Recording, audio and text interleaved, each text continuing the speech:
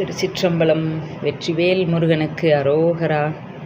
அரிதாகியமை பொருளுக்கடியேன் உரிதா உபதேசமுணர்த்தியவா விரிதாரண விக்கிரமவேல் இமையோர் புரிதாரகனாக புரந்தரனே. திருச்சிற்றம்பலம். மகாவித்வான் கதிரவேற்பிள்ளை அவர்கள் அருளிச் செய்த சுப்பிரமணிய பராக்கிரமம் பாகம் 20 கயாரூட மூர்த்தி. முருகப்பெருமானுடைய வடிவங்கள் பல. அதிலே கயாரூட மூர்த்தி என்கின்ற வடிவம், அதனுடைய பொருள் விளக்கத்தை இந்த பதிவில் நாம் காண இருக்கின்றோம். பிரம்மா விஷ்ணு இருவரும் பறவைகளாகிய அன்னம் கருடன் என்ற 2 பறவைகளை வாகனமாக கொண்டவர்கள். அவருக்கு மேலே இருக்கக்கூடிய சிவபெருமான் அவருடைய பரத்துவத்தை விளக்கும் பொருட்டு இடபத்தை ரிஷபத்தை வாகனமாக கொள்கின்றார். பறவைகளினின்றும் மிருகம் ஏற்றமுடையது. எனவே இவர்களை காட்டிலும் முதன்மையானவர் சிவபெருமான் என்பதை நாம் விளங்கிக் கொள்ள முடிகின்றது. நம்முடைய முருகப்பெருமானோ 2 பறவைகளையும் 2 விலங்குகளையும் ஊர்தியாக கொள்கின்றார்.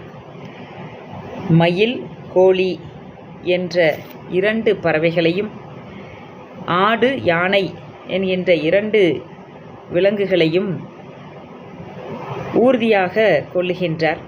யானை என்று சொன்னவுடனே நமக்கு ஐராவணம் நினைவுக்கு வருகின்றது. அந்த ஐராவணம் 2000 கொம்புகளை உடையதாக சிவபெருமானுக்கு உரியதாக சிவலோகத்தின் கண் இருப்பதாக அறிகின்றோம். தந்தையினுடைய பொருள் மைந்தருக்கு என்னும் வழக்கப்படி விநாயகப் பெருமானுக்கும் சுப்பிரமணிய சுவாமிக்கும் முதல்வர்களுக்கும் இருவருக்கும் வாகனமாக அந்த யானை அமைகின்றது. எனவே பிரம்மதேவன் புத்திரிகளாகிய சித்தி புத்திகளை விநாயகப் பெருமான் திருமணம் புரிந்த பொழுது ஐராவணத்தில் இருந்து அமர்ந்து திருவுலா போந்த நிகழ்வினை பார்க்கவ புராணம் நமக்கு கூறுகின்றது. சுப்பிரமணிய சுவாமி அவர் எழுந்தருளி வருகின்ற யானை எது என்று சொன்னால் பிணிமுகம் என்ற பெயரை உடையது. இந்த பிணிமுகம் என்கின்ற பெயரை உடைய யானை நமக்கு திருமுருகாற்றுப்படையிலே நக்கீரர் பெருமான் ஆடுகளம் சிலம்ப பாடி பலவுடன் கோடுவாய் வைத்து கொடுமணி இயக்கி ஓடா பூட்கை பிணிமுகம் வாழ்த்தி என்று பாடி அருளியிருக்கின்றார். பாயிரும் பனிக்கடல் என்னும் 5ஆம் செயலில் பரிபாடலிலே சேய் உயர் பிணிமுக மூர்த்தம் உலக்கி என்று வருகின்றது. இன்னும் பல பிரமாணங்கள் இந்த பிணிமுகம் பற்றிய கருத்தை நமக்கு காட்டுகின்றது. எனவே இங்கே முருகப்பெருமான் வருகின்ற அந்த யானை பிணிமுகம் என்ற பெயருடையது.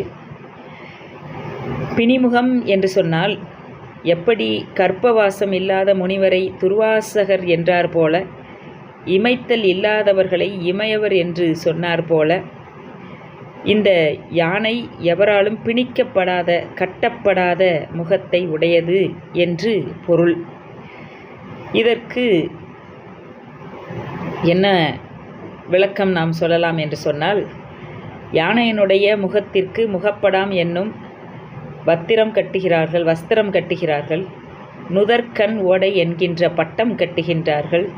கிம்புரி பூன் என்ற பூனை கவரிகளை பூட்டுகின்றார்கள். கவரிகளை பிணிக்கின்றார்கள்.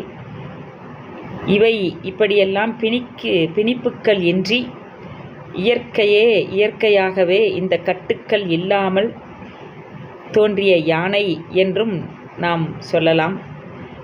மெய்கண்ட சாத்திரங்கள் 14 நெஞ்சு விடுத்தூது என்கின்ற அந்த நூலிலும் பரஞானம் என்னும் யானை என்று பகர்கின்றார்கள். இந்த பிணிமுகம் என்பதும் பரஞானம் என்னும் யானை என்பதும் ஒரே பொருள்தான். எனவே இந்த பிணிமுகம் என்னும் யானை எல்லா யானைகளிலும் மேம்பட்ட யானையாக இருக்கின்றது. ஐராவதம், புண்டரீகம், குமுதம், அஞ்சனம், புட்பதந்தம், சாருவபௌமம், சுப்ரதீபம் என்னும் 8 திசை யானைகளும் அவற்றின் பிடிகளும் சூழ்ந்து போற்ற விளங்குவது. ஐராவத யானையும் குற்றேவல் புரிய விளங்குகின்றது. சிவலோகத்திலே உள்ள ஐராவணம் என்னும் யானையும் அதற்கு ஈடாகாது. அப்பேற்பட்டது இந்த பிணிமுகம் என்கின்ற யானை. இருக்கு, யசூர், சாமம், அதர்வனம் என்னும் 4 வேதங்களுள் சுப்பிரமணிய சுவாமியின் திருவடிகளை மேடமாக உருவெடுத்து வேள்வி அக்கினியில் தோன்றி தாங்குதல் போல வேதங்கள் முதலாய பிரணவம் அவ்வாறே அவர் திருவடிகளை தாங்க எண்ணி அப்பிணிமுகப் பெரிவடிவம் தாங்கி வந்து பெருமானார் அதை ஊர்தியாக கொண்டு அருளினார் என்று பிரம்மாண்ட புராணத்திலே கூறப்பட்டிருக்கின்றது. எனவே இந்த யானை முருகப்பெருமான் வாகனமாக வருகின்ற இந்த பிணிமுகம் என்கின்ற யானை மிக்க சிறப்புடையது. இதனுடைய வரலாறு எப்படி இந்த யானை முருகப்பெருமான் வாகனமாக கொண்டார் என்பதை பார்க்கலாம். திருமால் தந்தையை இடவமாய் தாங்கியதன்றி மைந்தரையும் யானையாக தாங்க நினைத்தார்.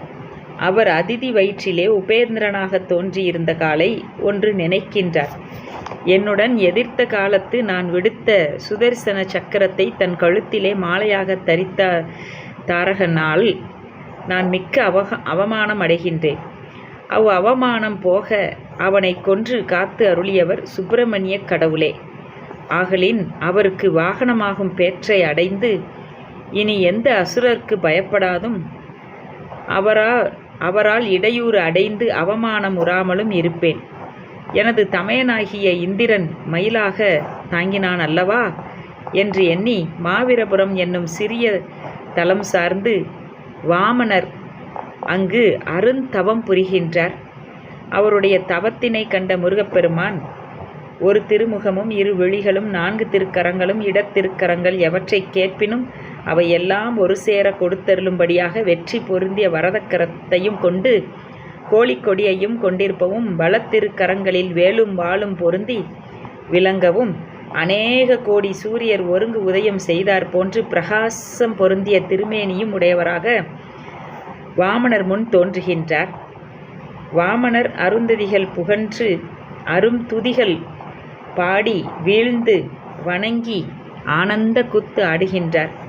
உனக்கு என்ன வேண்டும் என்று சுப்பிரமணிய சுவாமி அப்பெருமானை கேட்க, வாமனரோ, அசுரகுலாந்தகா, அடியேனை முன் அவமானம் புரிந்த தாரகன் தேவரீரால் கொல்லப்பட்டு சாத்தனாருக்கு யானை வாகனமாக விளங்குகின்றான். அவனும் நம்மை கண்டு அஞ்சுமாறும் அடியேனை யானை வாகனமாக்கி எங்கான்று மூறுதல் வேண்டும் என்று வரம் கேட்கின்றார். வேண்டுவார் வேண்டியாங்கு அருளும் பெருமான் அவ்வாறே வாமனரை யானையாக ஆக்கிக்கொண்டார். வள்ளியம்மையார் அவதரித்த குறிஞ்சி நில புட்களை வாகனமாகவும் கொடியாகவும் கொண்டு அருளுகின்றார். உடனே எனக்கு உரிமையாம் ஒன்றையும் கொண்டிலரே என்று ஊடல் கொள்ளுகின்றாள் தெய்வயானை அம்மையார். தெய்வயானை அம்மையாரை மகிழ்விக்க வேண்டி அவர் வளர்ந்த ஸ்வர்க்க பொருள்களில் சிறந்ததும் அவரை வளர்த்ததுமாகிய யானையை வள்ளியம்மையாரை அச்சுறுத்தியதை ஒத்த வடிவினை உடைய இந்த யானையையும் வாகனமாக ஆக்கிக்கொண்டார் என்று தேவரெல்லாம் பூமாறி பொழிகின்றார். எனவே வாமனருடைய தவத்திற்கு அவருடைய தவத்திற்கு ஏற்ப அவர் கேட்ட வரத்திற்கு இணங்க அவரை யானையாக கொண்டார். அதே சமயம் அந்த யானையை வாகனமாக கொண்டதன் காரணத்தை தெய்வயானை அம்மையை வளர்த்த யானையாகவும் கொள்ளலாம், வள்ளியம்மையாரை அச்சுறுத்திய வாகனமாகவும் கொள்ளலாம். ஆக இந்த 3 சிறப்புகளும் அடங்கிய பிணிமுகத்தை முருகப்பெருமான் வாகனமாக கொண்டு அருளுகின்றார். அப்படி யானையின் மீது ஏறும் மூர்த்தியாக கலியுக கடவுள் சுப்பிரமணிய சுவாமி அவரை கயாரூட மூர்த்தி என்று அழைக்கின்றோம்.